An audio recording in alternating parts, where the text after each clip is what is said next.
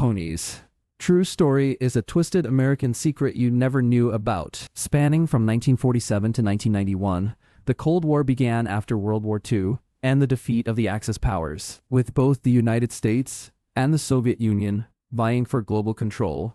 Tensions immediately broke out between the two nations. This race for superiority, largely driven by the development of nuclear weapons, led to an era defined by espionage. As a result, both the United States and the Soviet Union planted spies within each other's borders. During this period, the CIA was at the center of these operations, but women were also deeply involved. Typically, they were the wives of male agents who would work with their husbands on cases. Moreover, these housewife spies were actually trusted with intelligence duties themselves. Because espionage in the Cold War was discreet and far removed from the explosiveness seen in James Bond or Jason Bourne films, most of their work involved sending messages in unnoticed ways. Guns were rarely involved. Instead, much of the activity focused on surveillance and dead drops, a method of passing items or information between a spy and a handler without meeting in person. These are the same activities that Bia and Twyla participate in during their early days as covert agents in Ponies, with much of their time spent delivering messages to CIA contacts. Ponies introduces the concept of the pony, or person of no interest,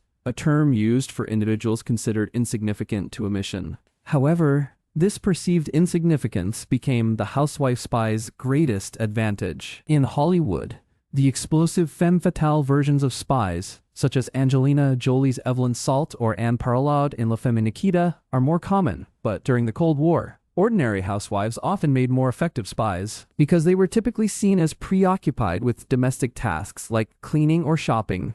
Rival agents, blinded by patriarchal views of women, failed to notice how easily these women could pass messages or make dead drops in broad daylight. The wife of the Great Cal has another husband to mourn. In Ponies, the reason Bia and Twyla are even considered for covert work, despite their lack of training, is their invisibility. The KGB knew of their late CIA husbands, but not their marriages. This allows Bia to get close to KGB agent Andrei Vasilyev, Arjam Gills, by pretending to be interested in him so that she can plant a bug in his car. Ponies also extends this theme of female insignificance beyond its two leading ladies. In a darker plot, Twyla discovers numerous news clippings about Russian sex workers who were found dead. The CIA refuses to investigate these crimes because it is their jurisdiction, but the real reason is because of their profession. It's only when Twyla refuses to let these women die as nobodies that their deaths are taken seriously, leading to the uncovering of a major KGB operation. Unfortunately, the KGB was not the only one to underestimate housewife spies. The same anonymity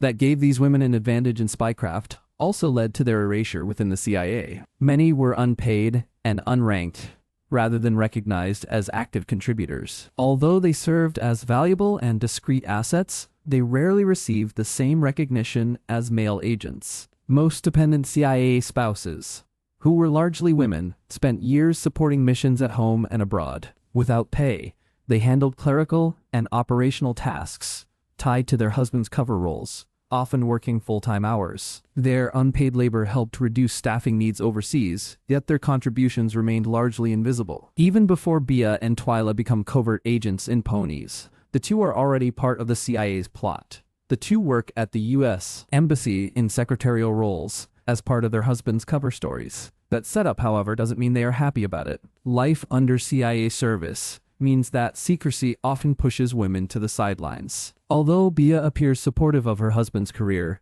she quietly wishes she could pursue her own goals. Unfortunately, embassy rules prevent foreign nationals from holding certain positions, forcing Bia to wait until returning to the United States. Meanwhile, Twyla, who is anti-bureaucracy, is frustrated with her role, as she is expected to attend embassy functions to keep up appearances, reinforcing the idea that wives are treated as extensions of their husbands, rather than individuals in their own right.